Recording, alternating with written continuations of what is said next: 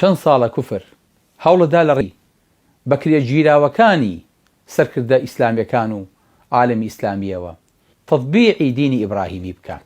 واتە دینی ئیبراهیمی هێناوە کردوێتی بەدیل بۆ هەر سێ چوار دینە ئاسمانێکە بۆ ئەوەی کە تێکەڵیان کاتەوە لێکیان نزیک کاتەوە. مناڵانی غەزەوتیان نەخێر. عەقیدەی ئێمە بیر و باوەڕی ئێمە جیاوازە لەوان.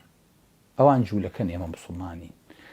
ئەوان خاوەنی هیچ نین، تەوراتەکەشیان پژوێ خستووە. ئێمە خاوەنی قورئانین. ئەوان وازیان لە پێغەمبەرەکەی خۆیان هێناوە بگرە پێغەمبەرەکانی خۆشیانە کوشت. پێتان عەجیب نەبێت کە ئێمەشە کوژن، پێتان خۆش نەبێت کە موسڵحین و چاکەکار و مناڵەکانی ئێمە ئەکوژن. ئێمە خاوەنی پێغەمبەری خوا و خاوەنی قورئانی خۆمانین. بۆیە مناڵانی غەزە فێریان کردین کە ئەوەی چەند ساڵە ئەوان هەوڵی بۆ ئەدەن و مزگەوت و معبەدی مشتەرەک بکەنەوە.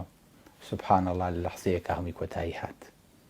وتی ئەم دوو دینە هەتاوەکو نەگەڕێنەوە بۆ سەر ئەسڵی دینەکە ئەبین بە دوژمن و بەدا بینەناو بینەکم العەداوە. لەبەرەوە جیاوازیەکی زۆری دروست کرد.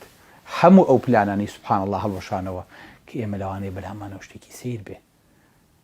ئەو بۆ ئێستاکەنە کەس باسی دینی ئیبراهیمی ناکا کە یانوس جوولەکە و مەسیحی موسڵمانی لەسەر کۆکەنەوە. کۆتایی پێهادەزان